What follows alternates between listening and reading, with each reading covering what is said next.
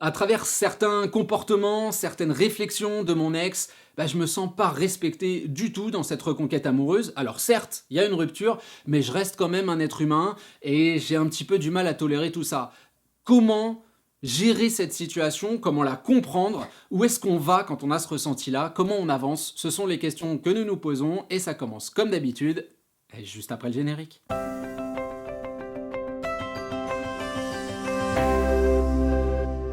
Salut à vous, ravi de vous retrouver pour notre vidéo hebdomadaire autour de votre reconquête amoureuse. J'aurais préféré, comme d'habitude, vous recevoir dehors, mais il y a des vents assez incroyables aujourd'hui.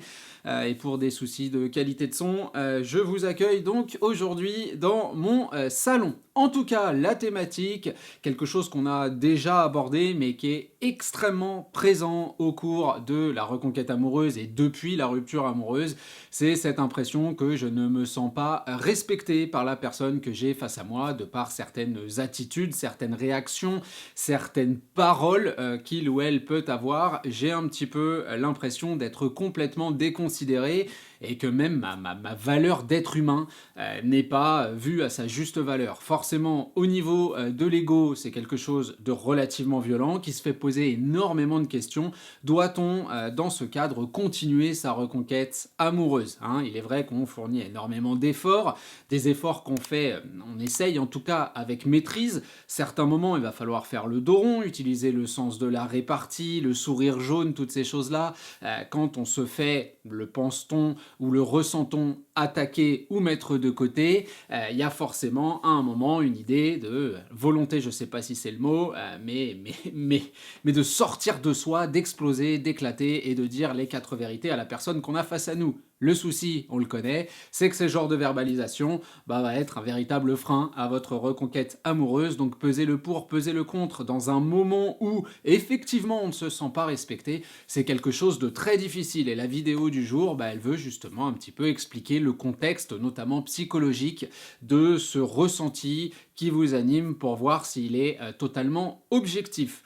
Pour parler de tout ça, deux parties sont mises en relief aujourd'hui et comme d'habitude, je vous propose de sauter les pieds joints dans la première, qui est une question finalement. C'est est-ce que les réactions de mon ex sont à attribuer à la personne qu'il ou elle est ou plutôt au contexte. Alors évidemment, hein, là j'ai un petit peu drivé la question, vous savez dans quelle direction je vais partir, je m'en doute bien, mais c'est important malgré tout de noter certaines choses. D'abord, la première idée, c'est que la rupture, bon, est un traumatisme, je le dis à chaque vidéo, donc ça y est, vous avez compris, en plus vous le vivez, mais surtout, du côté de votre ex, c'est le fait d'enfiler sa capuche de bourreau et d'accepter d'abord envers soi-même de vous faire du mal, hein. On appuie sur le bouton rouge, on fait tout exploser, on vous dit que c'est terminé, qu'on ne vous aime plus, on peut même aller plus loin si vous, j'allais dire contre-verbaliser, contre-argumenter, c'est peut-être mieux à utiliser comme terme. On peut arriver dans des moments où on va être dans l'affirmation du pacte, dans l'effet Hiroshima, des choses que vous connaissez, hein, dont vous avez entendu parler, et vous avez vu votre ex réagir avec violence, pas physiquement nécessairement, ni même forcément verbalement, mais en tout cas vis-à-vis de vos sentiments et vis-à-vis du respect de l'histoire qui naît finalement d'une forme de promesse, hein, qui n'est pas forcément formalisée, mais dans un couple, il y a quand même cette idée qu'on est censé pouvoir avancer main dans la main, tout se dire, et surmonter pas mal d'obstacles. Là, ce n'est pas le cas. On a donc face à nous quelqu'un qui ne veut pas nous faire du mal, mais qui en fait quand même, et qui doit assumer cette idée-là. Comment est-ce qu'on assume cette idée-là? Malheureusement, très souvent avec des mots qui sont acerbes, des attitudes qui sont contradictoires avec celles qu'on pouvait avoir pendant le couple, pendant que les choses fonctionnaient, donc on va se rendre moins disponible, plus froid, potentiellement plus agressif si on vient nous mettre la pression, moins ouvert, moins sympa, moins poli, moins respectueux, etc., etc., tout simplement parce que la logique du respect de l'autre, c'est pas qu'elle est morte avec l'absence de réciprocité, mais ce n'est pas quelque chose qui est au cœur de la réflexion et de la définition personnelle de l'autre au moment de la rupture, mais si vous voulez, et ça on est tous d'accord là-dessus, la rupture amoureuse, organiquement, j'ai envie de dire, c'est quelque chose d'extrêmement égoïste, hein. Je ne romps pas avec quelqu'un pour cette personne, je romps pour moi, pour mon bénéfice personnel, en estimant que, effectivement, ce qu'on m'apporte ou ce qui se passe ne me convient plus et je me refuse à un certain degré d'aller chercher les solutions parce que bah, le ressenti n'est plus là, hein, le cœur y est plus et c'est vrai que quand le cœur y est plus, c'est difficile de juste faire suivre la tête et c'est difficile de se forcer à aimer quelqu'un. Donc on comprend le fondement psychologique, le fondement du ressenti de l'autre, mais oui, effectivement, si on s'intéresse maintenant de l'autre côté de la barrière, à vous, le fait que le ressenti de ne pas être respecté, d'avoir été complètement rétrogradé quasiment du jour au lendemain dans l'importance qu'on avait pour l'autre, bah, que ça fasse mal à l'ego, je veux dire, c'est quand même quelque chose d'extrêmement instinctif, hein. On sait qu'on a à l'intérieur de nous cette espèce de barrière, cette espèce de bouclier qui est présent pour nous protéger. C'est là que de nombreuses piques sont lancées autour de mes contenus, ou autour des ex en général, où on va très rapidement les catégoriser comme des gens qui se foutent de notre gueule, qui bah, sont des manipulateurs, des pervers, etc., etc. Attention, je dis pas que ces profils n'existent pas, hein, je préfère réassurer tout le monde. Je dis juste que entre la quantité de fois où j'ai pu entendre ces termes et puis la réalité du terrain, on s'aperçoit qu'il y a évidemment une subjectivité excessivement présente du fait de la douleur qu'on ressent.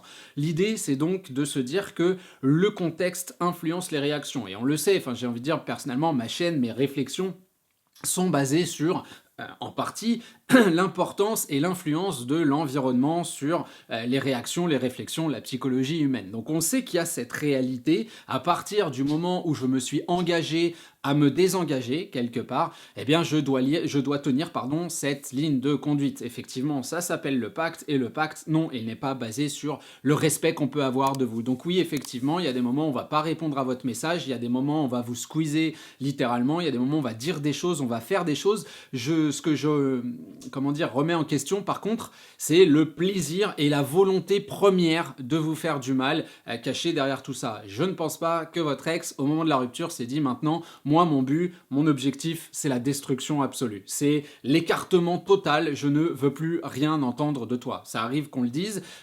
Évidemment, dans les faits, nous, on essaye de renverser cette logique à travers légèreté, sourire, dynamisme, déplacement de focus, tout ce que vous connaissez. Moi, ce que je remets en cause, c'est donc cette personnalité qui, du jour au lendemain, deviendrait d'une noirceur implacable. Alors souvent, si en plus il y a une rencontre, on va estimer qu'il ou elle se fait manipuler par l'autre personne, etc. Et de notre côté, il va y avoir un espèce de principe de diabolisation. Dans tout ça, on comprend que l'amour qu'on ressent pour la personne soit lui aussi effectivement modifié, soit coloré par cette impression effectivement de manque de respect qu'on a face à nous. Quand je dis impression, je dis pas que c'est pas réel, hein. De toute façon, à partir du moment où on ressent quelque chose, ça devient notre réalité, notre vérité. Je dis juste que notre vérité n'est peut-être pas fondamentalement une vérité absolue, scientifique, matérielle, surtout que nous, elle est analysée sans... Je ne sais pas si c'est une absence de compréhension, mais sans acceptation du contexte. C'est difficile de se mettre dans les chaussures, de la personne qui nous laisse de côté quand nous, on est celle qui est laissée de côté et qu'on aimerait trouver la solution pour inverser la tendance. Si jamais on le fait, si on a cette empathie intellectuelle, en général, c'est pour essayer de décrédibiliser le chemin et de se dire, regarde, tu vois, même moi, si je voulais te quitter, là, à cet endroit-là, j'aurais pu faire ci, j'aurais pu faire ça. Et c'est des choses que j'entends excessivement souvent dans mes coachings. Moi, à sa place, je ne réagirais pas comme ça.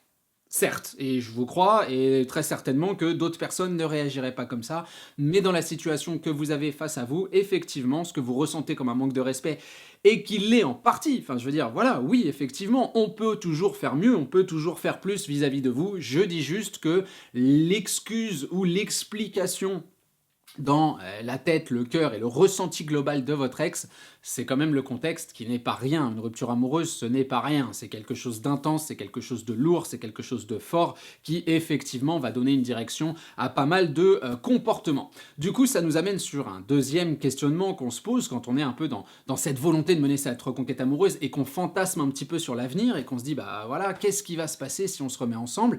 Et la question, c'est, est-ce que mon ex va évoluer si nous arrivons à nous remettre en couple, hein? Est-ce que si reconquête amoureuse il y a, je vais avoir cette même personne face à moi qui est capable, donc, selon mes critères, de me manquer complètement de respect? Et la réponse, pour l'avoir vu un nombre incroyable de fois, et puis pour l'avoir vécu, pour moi la réponse est non. Pourquoi? Je vous ai déjà parlé de ma vision des choses, de l'évolution personnelle qui est très animale du côté de la personne qu'on a face à nous, qui a fait un choix et qui décide d'assumer ce choix, mais sans y réfléchir plus que ça. On y a réfléchi avant, si vous voulez, avant de prendre cette décision, ensuite on vous l'a dit, et ensuite on le vit. Et nous, c'est un petit peu le contraire. On n'y a pas trop réfléchi avant, parce que soit on n'a pas vu les signes avant-coureurs, soit on a fermé les yeux, soit c'est arrivé, mais alors du jour au lendemain, ça nous est vraiment tombé dessus, et on a commencé à réfléchir à partir de l'occurrence de la rupture amoureuse sur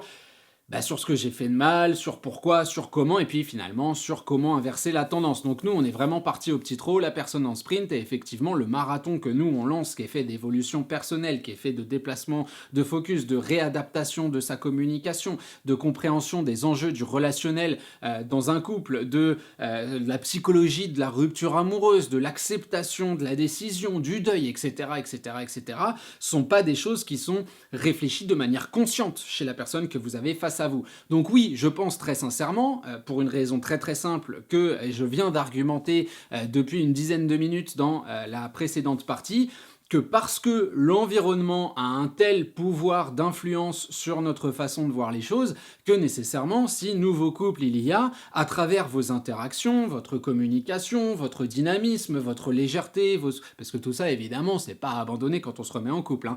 Tout ça, oui, va nécessairement avoir une influence directe sur votre ex qui sera pas en plus nécessairement capable de vous expliquer pourquoi j'ai été comme ci, pourquoi j'ai été comme ça. En tout cas, personnellement, moi, c'est ce qui se passe, hein. Ça fait des années maintenant que je suis revenu en Suède. Bon, j'en parle pas tous les week-ends non plus, hein, évidemment, à ma compagne, mais avec le métier que je fais, il nous arrive de rediscuter de certaines choses. Pas plus tard que cette semaine, pour une raison très simple, c'est que je viens d'apprendre, j'ai un petit sourire, ça m'a fait plaisir, je reste un être humain, que l'ex de ma femme vient de se marier et qu'il n'y a aucun membre de la famille de ma femme qui n'ont été conviés, enfin, quoique, est-ce que c'est la fin? Non, je pense qu'avec lui, il faut s'attendre à tout, mais l'idée reste présente, si vous voulez, de se dire que même quand on reparle de ça, j'ai pas encore toutes les réponses, ou elle n'a pas encore toutes les réponses, hein. Ça a été c'était difficile, j'étais perdu, j'étais avec lui, je ne savais pas quoi faire autrement, c'est vrai que j'étais un peu une connasse, m'a-t-elle dit une fois.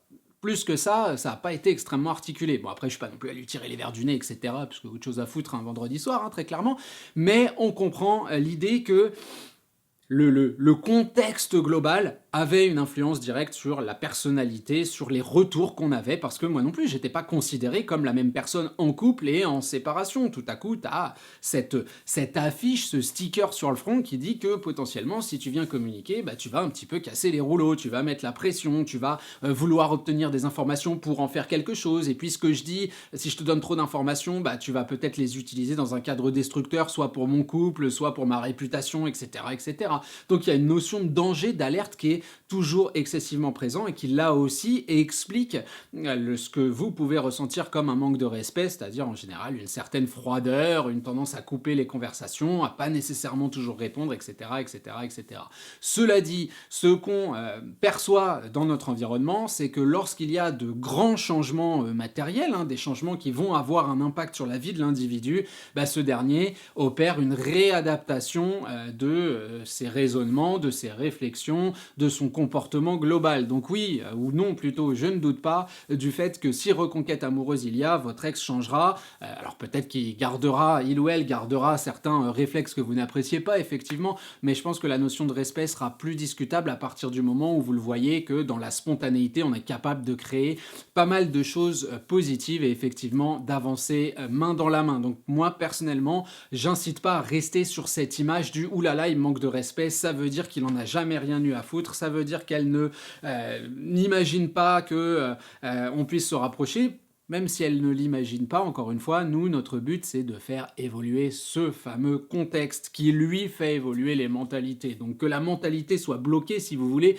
nous, on fait tourner ce qu'il y a autour de cette mentalité, ce qui entoure cette mentalité. Du coup, elle-même va être amenée également à dévier de ses fondations. Voilà pour la réflexion du jour. Comme d'habitude, Vous savez que vous pouvez aider la chaîne en mettant un petit like sur la vidéo, ce qui permet de toujours mieux se référencer, en vous abonnant, cliquant sur la petite cloche. Vous savez que vous serez prévenu dès la sortie des nouveaux contenus et vous pouvez aussi rejoindre le groupe VIP où je traite chaque jour un nouveau sujet que je partage avec vous directement, enfin avec les VIP directement. Et en plus de cela, vous pouvez influencer là aussi comme votre environnement, comme le contexte, vous pouvez influencer la programmation, soit en m'envoyant un mail, soit en commentant directement sous ces vidéos. Et pour cela, il vous suffit d'appuyer sur le bouton rejoindre que vous trouverez absolument partout. Voilà, donc ça ne devrait pas trop être compliqué. Et si vous n'y arrivez pas, vous pouvez toujours m'envoyer un mail pour me demander. Allez, je vous abandonne là, on se retrouve la semaine prochaine pour un prochain contenu. Salut à vous!